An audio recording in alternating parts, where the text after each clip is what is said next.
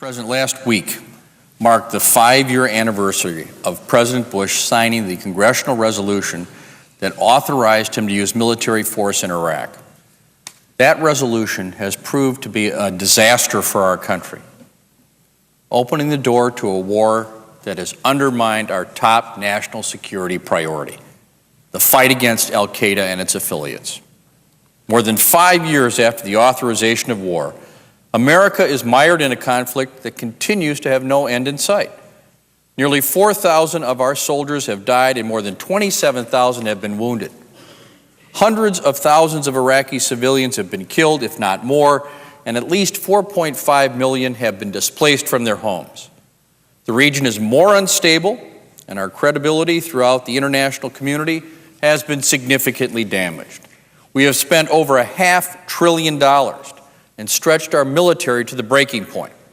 Who knows how many more billions will be spent and how many brave Americans will die while the President pursues a military solution to problems that can only be solved by a political settlement in Iraq. At the same time, al-Qaeda has reconstituted itself along the Afghanistan-Pakistan border region and has developed new affiliates around the globe. Al-Qaeda has been strengthened, not weakened, since we authorized military action against and then went to war in Iraq. Indeed, this senseless war has made us more vulnerable, not more secure, and yet it continues endlessly, with only a small token drawdown of forces expected in the coming months and no timeline from this administration as to when more troops will come home. The American people know that this war doesn't make sense. They expect us to do everything in our power to end it.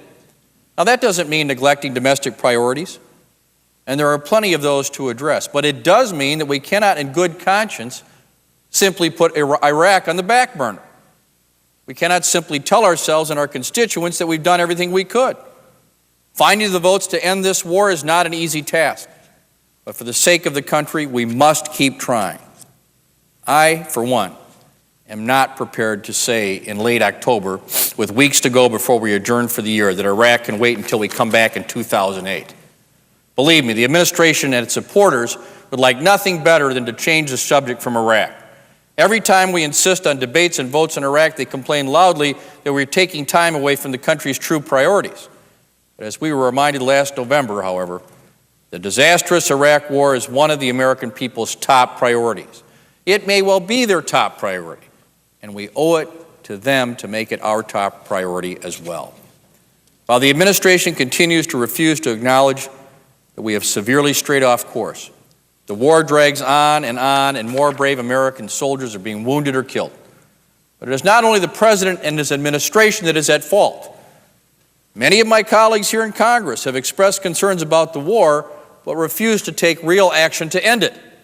They have prevented Congress from acting to secure our country and restore our global leadership. Mr. President, I will not stand idly by while this mistaken war continues. I will continue working to end this war and bring our troops home. And I will continue looking in the days and weeks ahead for opportunities to debate and vote on ending the war this year and, if necessary, next as well.